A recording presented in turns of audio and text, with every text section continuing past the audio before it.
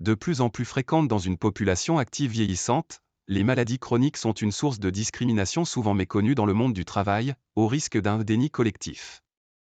Une personne sur 6 atteinte de maladies chroniques, diabète, asthme, cancer, a ainsi été confrontée à une discrimination ou à un harcèlement discriminatoire dans le cadre professionnel en raison de son état de santé ou de son handicap, selon un baromètre réalisé par la Défenseure des droits en partenariat avec l'Organisation internationale du travail, OIT. Un risque multiplié par 3 dès lors qu'il s'agit d'une maladie visible, selon cette enquête publiée jeudi.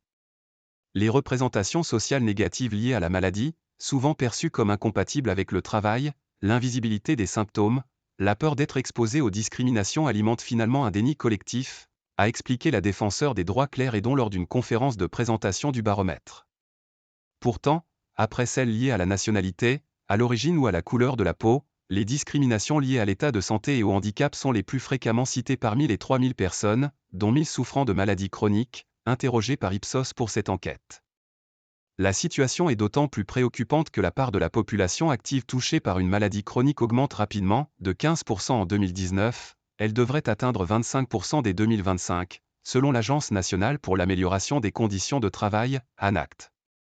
Une évolution due à la fois aux progrès thérapeutiques qui ont pu contribuer à transformer certaines maladies, autrefois aiguës et mortelles, en maladies chroniques, mais aussi aux facteurs environnementaux, inégalités socio-économiques ainsi qu'aux conditions de travail.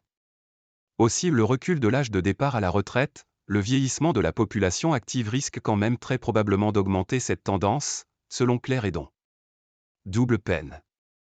La médecin du travail Marielle Dumortier a de son côté constaté, lors de la présentation du baromètre, que de nombreuses femmes travaillent sur des postes inadaptés à leurs normes anthropométriques, ce qui contribue à générer un certain nombre de pathologies, notamment des troubles musculo-squelettiques.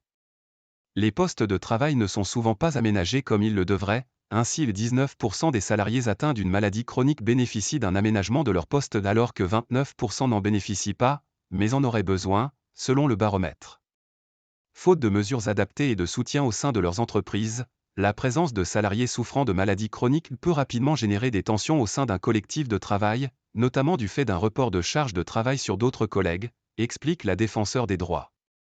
Pour les salariés malades, l'effet est double, au-delà de l'épreuve que constitue la maladie, ils sont davantage exposés dans l'emploi à un risque de stigmatisation, d'isolement, de discrimination et aussi de déclassement professionnel, poursuit Claire Hédon.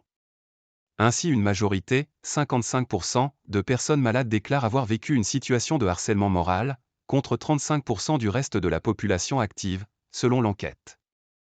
Et 40% des personnes malades dont les problèmes de santé sont connus de leur employeur et de leurs supérieurs ne bénéficient du soutien et de la compréhension ni de l'un ni de l'autre. Le directeur du bureau de l'OIT en France, Cyril Cosme, a insisté sur la nécessité de former et de sensibiliser les acteurs du monde du travail à la situation de ces travailleurs malades et l'importance de rappeler le rôle des représentants du personnel et des syndicats vers qui les travailleurs peuvent se tourner en cas de discrimination.